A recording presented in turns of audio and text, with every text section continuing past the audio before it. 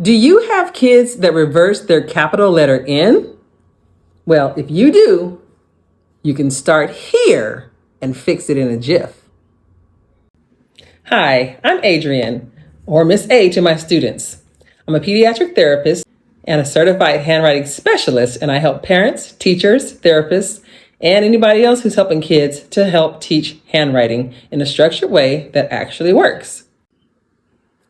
The reason why it's not a great idea to have your children practice their capital letters and their lowercase letters at the same time is because there's too many starting places. When you're doing worksheets or you're teaching capital letters and lowercase letters at the same time, that's fine for reading. But when you're specifically working on handwriting, you want to separate those out. Start with your capital letters, teach the motor patterns in the motor pattern groups, which we'll get through in future videos. And then when it's time to transition to your lowercase letters, you start with capital partners. And capital partners are those letters that are identical to the capital letters. Those lowercase letters are identical to the capital letters, such as S, C, O, V. Those letters have already put you ahead of the game when you're writing lowercase letters. Then it's a matter of teaching the spatial part of it, but they've already mastered that, so they'll be ahead of the game. And that is a confidence booster. If you're just starting to teach handwriting, say that you're a preschool teacher or a kindergarten teacher even, start here. Where is here? Well, when your children, your students are babies, they're just getting out exploring the world, and this is what they'll likely see. They're gonna see an exit sign. They're gonna see walk, don't walk, slow, dead end, do not enter, stop, one way, restroom. They're gonna see all of these letters.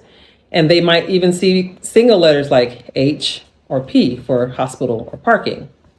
I'm not sure if I missed any, but I'm sure that there are more. But what do these words have in common?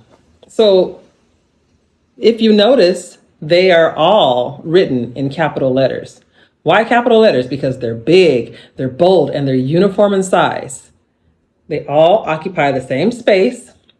And this is precisely why we teach capital letters first. Now, it's developmentally appropriate for children to make vertical lines when they're just starting to scribble. So what you want to do is group those letters into the same motor pattern so that the children get the habit of writing from the top to the bottom. They're doing the same stroke, and then it's easier to learn multiple letters. So this letter group, we're going to call it the frog jump letter group. And this is based on Handwriting Without Tears, which is now called Learning Without Tears.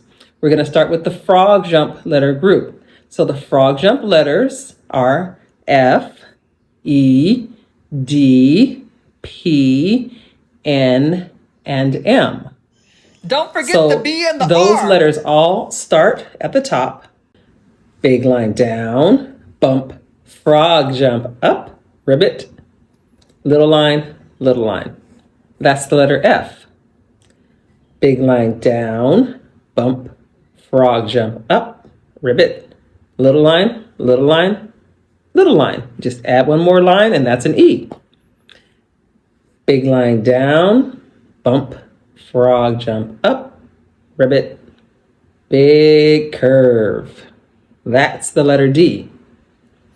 Big line down, bump, frog jump up, ribbit, little curve. That's the letter P. Big line down, bump, frog jump up, ribbit, slide down and back up again. Now be careful on that letter because kids will tend to go big line down, bump, and then from there they'll slide up and back down. That reverses their letter N. So it's really important that they go back up. Big line down, bump, frog jump up, ribbit, slide down and back up again. Letter N. Now for the letter M. Big line down, bump, frog jump up, ribbit, slide down, back up, and down again. So those are the frog jump letters. And you can do precursor activities, precursor to writing, meaning that they do activities without paper and pencil. And you can do it in sand. You can do it where they're just making vertical lines from the top. So whatever they're doing, they just have to go right back up. Avoid them drawing that line back up. They have to jump, because then that creates a more precise letter and they don't have to worry about the overlap when they're writing back over that line. So those are the frog jump letters. If you start with those letters, that is developmentally appropriate, and you can have the kids do other things to make vertical lines. You can say, okay, class, we're going to go around the classroom and we are going to find anything you see that has a vertical line. So they might go to the chalkboard because the edge of the board has a vertical line. Okay, I want you to copy that line down. Use your finger. Big line down, bump. Okay, let's go see something else. What do we see? Oh, there's a pencil right there. What does that pencil do? Oh, let's follow that line. Start at the top. Big line down, bump. So you can do all kinds of things to just kind of make it a multi-sensory activity. So kids are engaged, they're looking, they're excited, they're looking for things that have a vertical surface or a vertical line. So you can pull out a ruler, you can check the edge of the door, the desk, table legs, chalk. There's all kinds of things that might have that vertical line. And the kids love to trace along that line. And that works with children of all ages and of all levels. So you can do that with your children. Let's say they have autism or they're developmentally delayed. They might have Down syndrome. They might have a multitude of disabilities. But this is an activity for all children. And if a child is in a wheelchair, wheel them over. Ask them, oh, do you see a vertical line? Show me the vertical line. See if they can point to it. If they can point to it, then help them with their finger to draw that line down. Okay?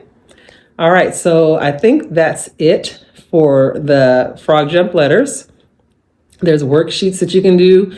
And if you join me on my school community, I will have resources that you can download for free and practice those vertical lines. Okay? Thank you very much for watching my channel. Subscribe, like it. If you think this is valuable, send it to your friends, and hopefully they can get something from it as well. All right. Thank you very much. Stay tuned for the next video.